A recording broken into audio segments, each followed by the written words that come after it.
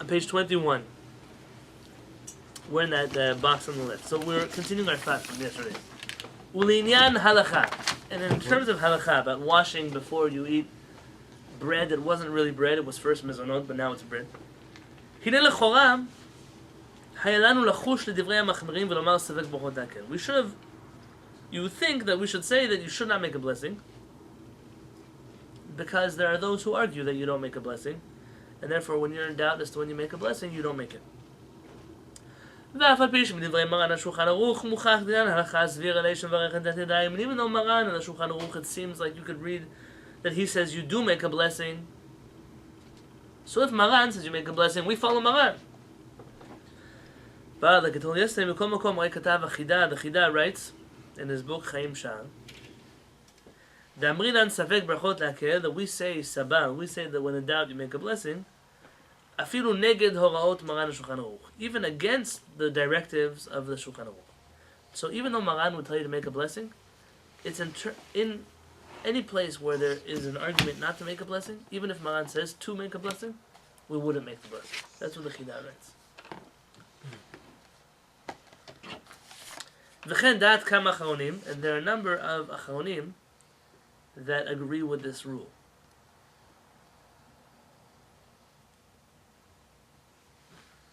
And this is the opinion of the family of Rabbi Yosef. 21. The family of Rabbi Yosef seems to rule that we follow Maran, except for when he tells you to make a blessing that other people dispute.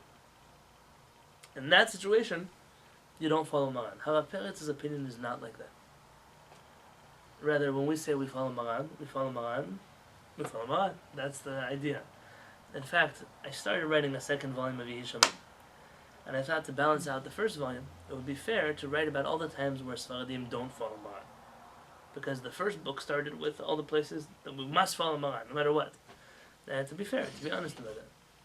Is it burning or just me? Okay. Yeah, it's probably from fireplaces. Okay. But it does smell, yes. Yeah. Come to the glass. Maran, when I started working on it, it was so complicated. Because the Sfaradim don't have a clear system, really, of when we follow Maran and when we don't. Those of us who say we follow Maran and everything, so we follow Maran and everything. But those who say we follow Maran and everything except for, so why are you upset when Ashkenazim follow Maran except for? Meaning, that's what you're doing also. Ashkenazim follow Maran 99% of the time, except for a few times where they don't. So then how are you any different? I mean, why make such a big production out of you following the Maran when you don't really follow Maran? Now, there are times where Maran says you don't need to follow him. For example, Maran writes in the introduction to the Shulchan Aruch that if there is a custom that is older than him, I mean, it precedes him, and a community has it, a custom is halachically sound, that even though he may rule one way, you don't break the custom to follow his ruling. Now, some say Maran said this because he was very humble. Others say Maran only said this about customs which are more strict than the Shulchan Aruch, but not about customs which are less strict than the Shulchan Aruch. So, for example, a community like the Yemenites, who they do, like we mentioned in our Sunday class, chalita. They don't just salt the animal, but they flash boil the animal, the meat, in order to keep the blood in. Keep the blood? Why do I get the blood in? Where do I To seal off the animal. Once you salt the animal, the blood comes out. The chalita is meant to seal the layer of the animal. Oh. It's a chuban. The Rambam brings this down as a halakha, that you cannot eat meat until you salt it and boil it. But doesn't anytime there's a suffix, a doubt, mean almost it's like under construction in a way with the halacha? Correct. Like we're still dealing with it? Not so much we're still dealing with it, but that we never came to a consensus about it. So we're not still dealing with it. I don't think anyone is assuming there will be a consensus.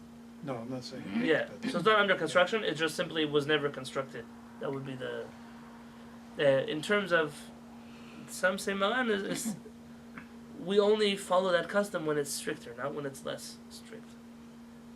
So for example, there's a famous Shulchan Aruch, where the Shulchan Aruch says you're not allowed to fold your talit on Shabbat.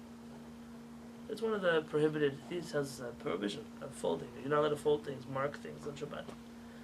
But in the Beit Yosef, Maran brings down a kolbo. Kolbo is an older book than him that says that you can fold your talit on Shabbat. Many Sephardic communities today fold their talit. In fact, it's almost unusual to find a Sephardic community that does not fold their talitot on Shabbat. Whereas most Ashkenazi communities will not fold their talitot on Shabbat. That's right. Yeah, they don't fold them. The reason being that the Ashkenazim follow here in Shulchan Aruch, and the Sfaradim have a custom that they rely on that is older than Shulchan Aruch. And because Maran, when he quotes the Kolbo, does not disagree with the Kolbo, he simply quotes it and brings a different opinion which he rules like. He doesn't knock that custom, he doesn't disprove it. So many communities say that's exactly the kind of custom where you follow the older custom than what Maran actually says. There are other times where Maran and Kabbalah, when they argue, some communities would follow Kabbalah versus Maran. There are different exceptions to these rules. This is one of those exceptions you're going to find over and over again in the writings of Chacham Yosef's family. That when Maran says to make a blessing, but other people argue with him, we don't make the blessing. We say sabal, we say doubt, even against Maran when it comes to blessings. We will rule against him in this matter. Which is ironic because I brought it out in my book that other Sephardic poskim say, even if 1,000 rabbis argue with Maran, we won't rule against Maran. Even though Maran may seem like a minority opinion, he won't be. We follow him on everything. Okay. וכן דעת כמה אחרונים, אלא לעומתם, but opposite them, דעת כמה אחרונים שקיבלנו הוראות מרן לשולחן ערוך אף במקום ספק בכל. Some rabbis say that when we follow Maran, even when there's a doubt.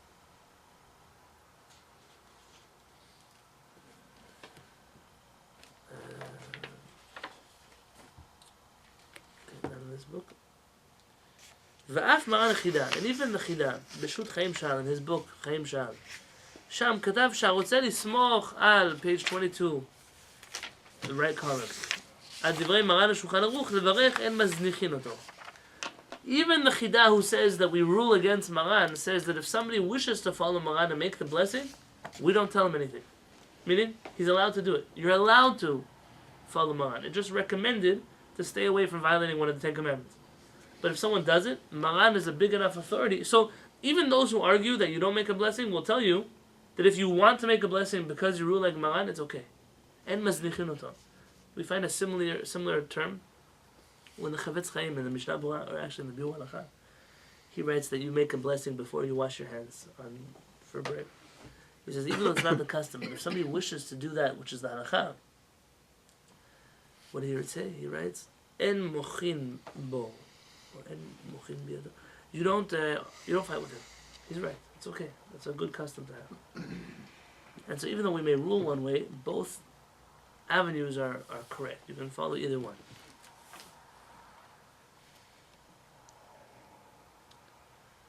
The Ayin b'Kaf HaChaim. Look in the book Kaf HaChaim. שכתב, he writes, שפשט המנהג לברך על נטילת ידיים. The custom has already become, in the Jewish community, that you say, you make the blessing of Netilat Yadayim, כשבא לקבוע סעודתו על פת הבאה בכיסדין. When you come to eat this special mezonot that becomes hamotzi, that now you wash on, the custom has been today also to make a blessing on that hand washing. Look at this. וידוע הכלל, and it's a famous halachic rule, at least in the Sephardic community, שבמקום שיש מנהג לברך, לא אמרינן ספק ברכות דקן. That in a place where there's a custom to make a blessing, we don't break the custom just because somebody argues with it. I mean, a custom to make a blessing overrides this, when you're in doubt, don't make the blessing. Which is ironic. Yes. Why? Because here we're not going to follow Maran, even though we say we follow Maran, because two people argue with him. But we'll follow the minhag, even if two people argue with him, because we don't break a minhag when it comes to blessing. With blessing. With blessings, specifically blessings. So, whereas we won't rule like the Shulchan Aruch, we'll rule like a minhag. Yeah. But isn't there like questions sometimes about minhagim being halachically acceptable or not? And isn't doubt a sort of like a higher level of, I don't know, a higher level that you would use to judge? What do you mean? I don't. That's the first part I understand. The second part I don't understand. If there's a doubt about something, then there's always a rule that pretty much that you don't do X or Y. So why are we saying that the minhag now takes precedence over having a doubt? Because when you have a doubt, that means that there are two opinions, and one says you can bless. It's not something that everyone says you cannot bless. That minhag you would not be able to follow. Here you have two opinions. One says yes, bless, the other one says don't bless. Now you have a custom. That custom joins together with the permissive opinion, and they become the majority. Okay. And so in that, because of that, you would yes make the blessing. The Rambam writes that on half Hallel you don't make a blessing. Why? Because it's not instituted by rabbis, the half Hallel. Only the whole Hallel was instituted by rabbis.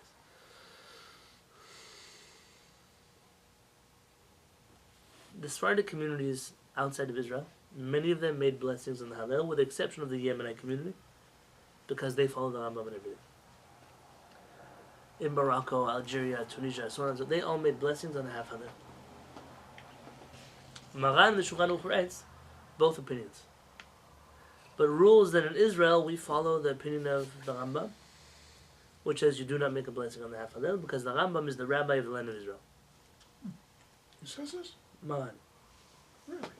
And therefore you should know that Rabbi Yosef, based on That's this Maran, rules that if somebody converts in the land of Israel, they must become Sephardic. Really? Because the land of Israel is the territory of the Rambam. Well, that's interesting. That is so interesting. My goodness. But when the chief Sephardic rabbi says that, yeah, of course you said that. Yeah, that's so it didn't help much. But this is what Maran's opinion was, that the land of Israel is the authority of the Rambam. The rabbis that come afterwards say that Maran is the rabbi of the land of Israel. But because Maran and the Rambam are pretty much on the same page, let's say the Rambam. So when the Moroccan Jews came to Israel, because they were the largest galut that came, Rabbi Yosef went to war against them about all kinds of things. He didn't have a special place in his heart He for was from Moroccan Egypt. customs. He was from Iraq, Iran. the family.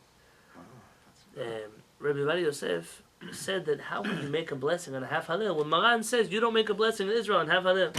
If you did it in Morocco, fine, I'm not going to stop you. But now you're in Israel. The Shulchan Aruch says you can't make the blessing on half Hallel. Why doesn't he invoke this rule? Of when there's an argument, some rabbis say to make a blessing on half Hallel, some rabbis don't. But there's a minhag that says you do make a blessing. Why doesn't that custom join together with the permitting rabbis and allow the Moroccan Jews to still make a blessing on Hallel with Israel?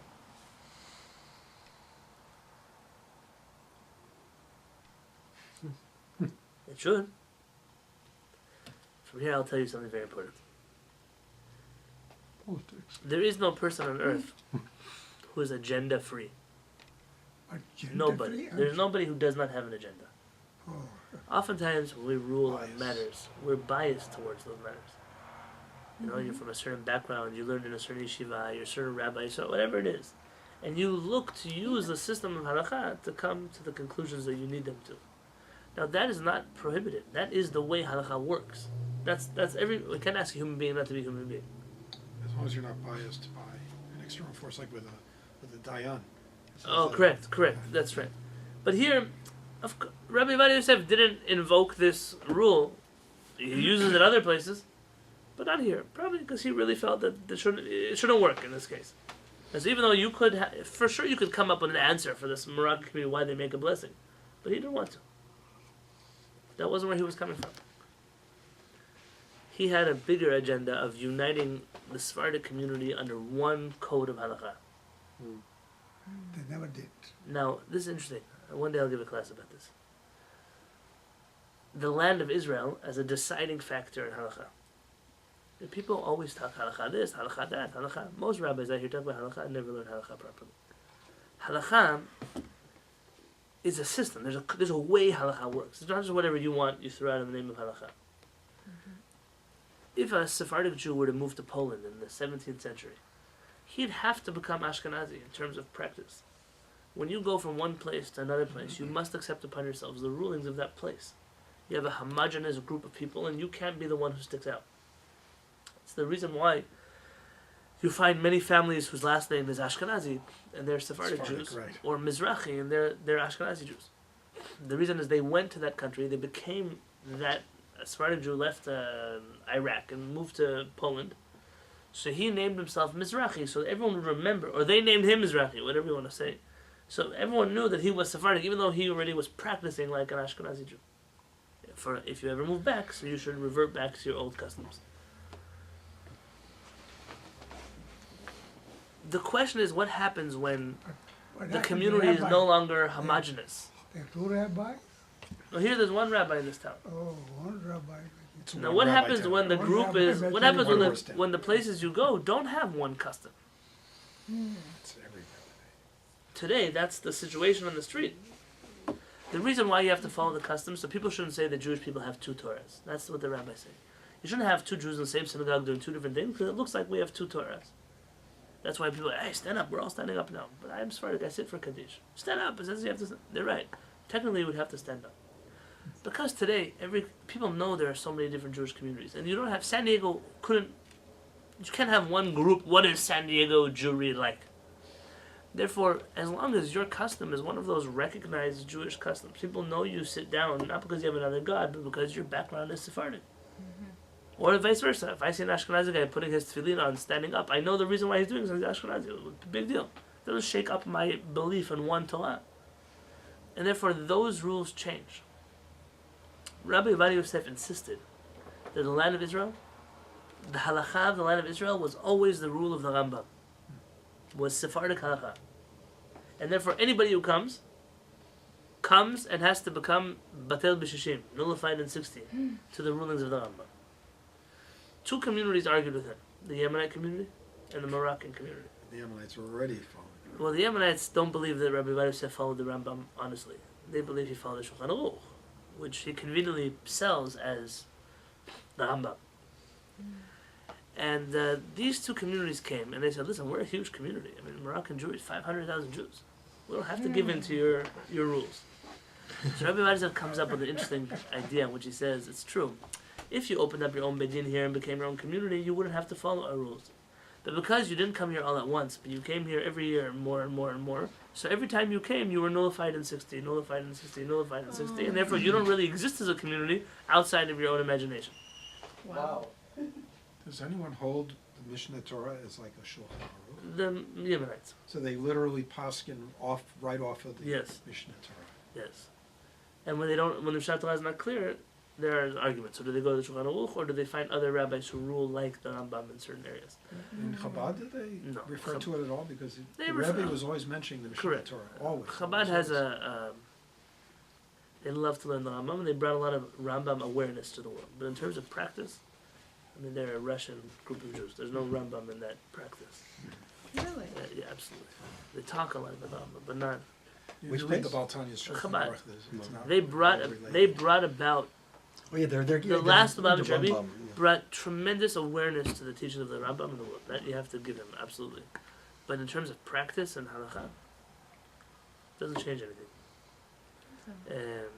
Many communities like that. They're not the only ones. Brisk is the same thing. Brisk spends their whole life studying Rambam and following halakha from somebody else. Why? Let's study it then. Because you study the Rambam, you know. But if you study it's it all addictive. the time, how come you don't follow it? That causes inside of a person this like two personalities that are inside of them. The one who wishes they could be like the Rambam and the one that can't be like the Rambam. So I see it a lot in many people. They wish they could be Rambamites, but they can't. Why? And then those who do become their own image of what is the Rambam. I see a lot of people who claim to be Rambam followers, but they created that. I mean, if you want to be a Rambam follower, so go to the communities that follow the Rambam and learn from them. Don't make up your own path and pretend that it's the Rambam's path. Yeah, but that's not. Yeah. With what was I telling you now? So the truth is the land of Israel was the land of Israel always one custom? And the answer is, and I was in a terrific seminar by Rabbi Toledano. I brought back 4 of his books to San Diego. In Israel now in my rabbinic conference. Israel, who is the chief rabbi? I'm talking over the 2,000 years of our history. Yes, the Sephardic community was the majority, almost Now- always throughout now Israel. Who is chief rabbi? You have 2 chief rabbis, one Sephardic, one Ashkenazi. Two. But the land of Israel is referred to dozens of times in the books of Halakha as Eretz Lekuta'it. Lekuta'it means a land of collected Halakha, collected customs. Every community had their own thing. Some generations there was more this kind of Sephardic, that kind of Sephardic, more Ashkenazi, more Hasidic. you can't melting honestly pot. argue. Yeah, so you can't honestly argue there's one way to do halacha in Israel.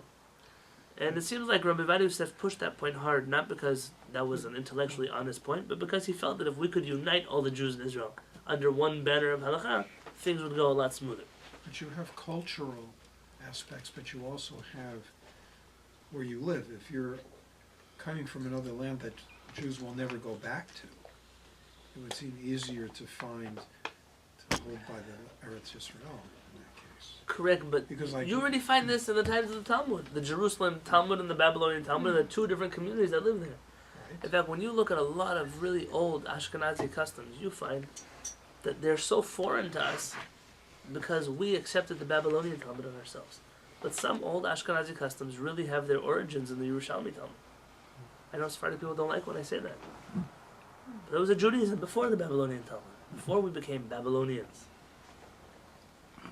And there's a push in some communities to go back to the Jerusalem Talmud. But again, that would be recreating something based on circumstantial evidence, which I don't find to be compelling, the halakha. You have to actually There's no, be connected to a living there's no tradition physical of history of actually doing there it. there right? is, but not enough, in my opinion, to come out to a whole new brand of Judaism that would be following that. So all the Gemara that are written, all the Talmuds that are written are about the Babylonian Talmud. Yes. So, yeah, so then, And that's what all the codes of halakha are based off of. yeah, it wouldn't be very hard. Alright, so we're back in 22.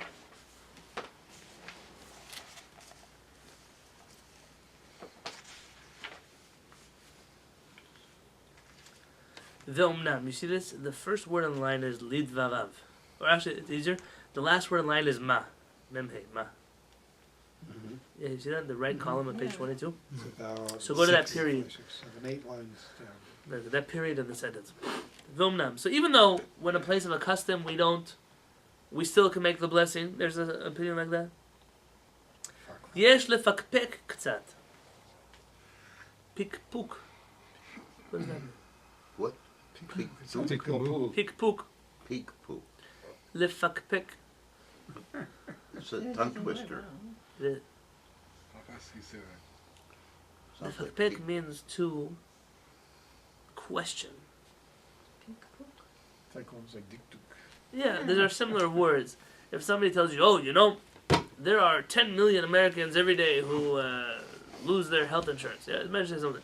I say, "Ani mefakpek bidvarecha." I have a doubt as to whether what you're saying is accurate. So you're skeptical. Skeptical, that's a word. It's a word for skepticism. It says, "Omnam yesh lefakpek tzad." There's a little what to be. What is this? There's a little to suspect about this.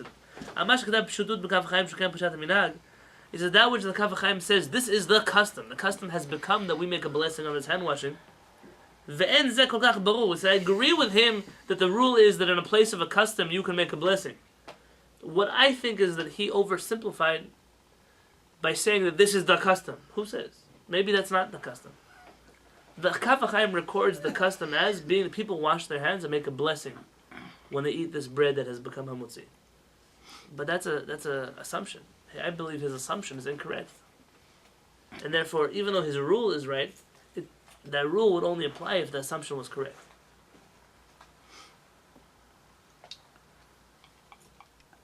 See, when someone ever tells you, that's the halacha, never believe them. This is the halacha. Halacha works just like this. So They must, even if they rule that one way is the halacha, they must at least tell you what the back and forth was. Or else they're lying. Or they don't know. If they don't know, that's even worse. Why would you study from someone who doesn't know? But regardless, it doesn't make it. You see that the first word on the line is levarech, followed by a half parenthesis. Oh, Yeah. yeah. Or in that next word. Umikol makom. Even though you could tell me that it is the custom, it's not the custom, doesn't make a difference. That was just his. He's not sure the Kaf HaChaim is correct, that Custom everybody is- had this custom. Custom, how many years, same custom? How many years did it take to establish a custom? You don't know. Rabbi Shlomo Katzin, my rabbi, once asked Rabbi Shalom Masas, the chief rabbi of Morocco, later the chief rabbi of Yerushalayim, whether now that he's upset at the state of Israel, he has to continue saying Hallel and Yom Ha'atzmaut or not. And Rabbi Masas told him, you cannot stop, because the Jews have been saying it for 40 years. The time was 40 years. He said, and that is long enough to be considered a custom of the Jewish people that cannot be abolished. And when I told that to somebody else, they laughed at me. Oh, you crazy Moroccan rabbi. Yom Ha'atzmaut. Okay, ומכל מקום, הרי מצאנו לפנינו בדברי רבים הראשונים, we find many of the ראשונים that they write, שבקובע על פת הבאה בכיסנין חייב נטילת ידיים. That if a person eats this kind of bread, they have to make נטילת ידיים. הלא הם האשכול, that's the אשכול, והרשב"א, והרעה, והר"ן, והמכתם, והמאירי, והאחות חיים, all of these rabbis say, לדבריהם, פשיטא שאף מברך נטילה, that you wash and you make a blessing. וכן מוכח להדיע משול מרן לשולחן ערוך כאן, and that's what מרן says, וכן פסקו רוב הראשונים, that's what most of the האחרונים say, ולכן נראה שהרוצה לסמוך על הסוברים לברך את הידיים, רשאי לעשות כן אף לכתחילה, and therefore, his conclusion is, that if a person wishes to make a blessing on נטילת ידיים, like Maran and all these Rishonim, then it's okay, you don't have to worry. וכן פסק בספר ברכת השם, that's what they wrote in the book ברכת השם, מחמת התאמנה, שכמצאים לידם דברי כמה מורות פירושים, והקאי גבנה, אין לו מה סוג אחר, ועיין לו בספר וינתן ונעשיהם. Okay, quotes in their books. And let's see the last 4 lines. מכל מקום. In any case. Nonetheless. היכד אפשר עדיף לצאת ידי ספק. Wherever it's possible, it's better to do a chocolate covered raisin. It's best to avoid doubt. ויאכל תחילה פת אחרת. You should first eat bread שמברכים עליה המוציא, that everyone agrees that you make המוציא about. ואחר כך יקבע סעודתו על פת וכיסנין, and then eat those things that you wanted to eat. Meaning, avoid the question and eat regular bread first. So is that good advice? Yes. That's chocolate covered raisin advice. Yeah, there are a lot of people No. following this. I'm Yes, saying. you're right. Tell me, when do you do it? Chabad has a custom they do like this. About what? Yeah. About rice, no? Yeah. You know what I'm talking about? Because rice is not sure. We're sure. For whatever reason, Chabad has a custom that there's a doubt as to what you do with the rice. Have you heard of this before? Oh, yeah. And so you only eat rice on a meal where you have bread. Okay, but Yes, I've rice heard the or- argument. And this is pretty prevalent. I Yeah. quote it as I mean, there are many Jewish communities that do this not just for this, but for other things as well. Yeah, my son does. So I've heard the argument that you should eat bread and make a motzi because otherwise you're shortcutting the whole process of Birkat Hamazon. That's all. I've heard that a lot. It seems like a grandmother's tale, in the sense of, it seems like, I feel, how can you eat a whole meal and be full and not make a hamotzi? You can't. That's what we just did. Look, I ate rice. Not a and full chicken. meal, it's just bread. Famous You can eat as much as you want, or It's little about the as other you way want. around. The other way around. Well, no. Hashem, you don't find Hashem No, I anywhere know, requiring us to eat bread. Pardon? You don't find Hashem requiring us anywhere to eat bread, aside from the times where we are required to eat bread. Yeah. I'm definitely allowed to eat rice or pasta Yeah. or fish or chicken and be satisfied without eating any bread. And Yeah. yes, make 1 3-line boy nefashot. I'm able to. But it seems like the reason why communities do that is like this, to avoid certain Yeah. problems with blessings, which we mentioned. You could say 3 We mentioned lines. that might not actually be avoiding a problem at all. Yeah, Why yeah. might it not be avoiding a problem? Because Avoid did the you really want to eat bread? Oh. No, What do you you're making mean? a blessing you would not normally have wanted to make, which may as well be a blessing Oh. in vain. Okay. So in other words, you have to So really. it's not always the easy way out to make a hamotzi first, because what if you don't really want to eat that bread? Yeah.